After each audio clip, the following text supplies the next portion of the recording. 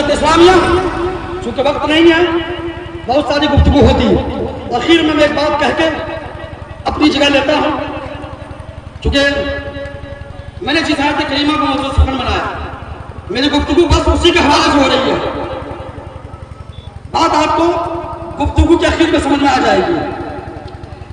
یہ بتائیے کہ ہم نماز پڑھنے جاتے ہیں کہ نہیں جاتے؟ پڑھتے ہیں نماز؟ ارے بولو پڑھتے ہیں نا؟ اللہ نے فرمایا اے ایمان والو یا ایھا الذین آمنوا اذا قمتم الی الصلاۃ الی آخر الآیہ، اللہ نے فرمایا ایمان والو جب تم نماز کے لیے جاؤ تو کرنا کیا ہے؟ فاغسلوا وجوہکم، اپنے چہرے کو دھو، وَأَيْدِيَكُمْ إِلَى الْمَرَافِقِ، اور اپنے دونوں ہاتھ کو کونوں سمیت ہو، وَامْسَحُوا بِرُؤُوسِكُمْ، اور اپنے سر کا مسح،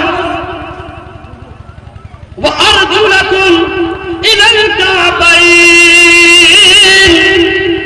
اور اپنے دونوں پاؤں کو ٹخنوں سمیت ہو۔ اب کوئی اگر یہ کہے کہ میں نماز پڑھنے کے لیے جا رہا ہوں لیکن میں نے چہرہ دھو لیا باقی کام نہیں کیے، ان علماء اہل سنت کو تو چھوڑیے، ہماری جماعت کے ایک نوجوان سے پوچھئے، اے نوجوان بتا کہ ایک انسان ہے جو صرف چہرہ دھو کر نماز پڑھنا چاہتا ہے، اس کی نماز ہوگی کہ نہیں؟ وہ کہے گا کہ نہیں ہوگی، کیا کہے گا؟ نہیں ہوگی۔ کیوں؟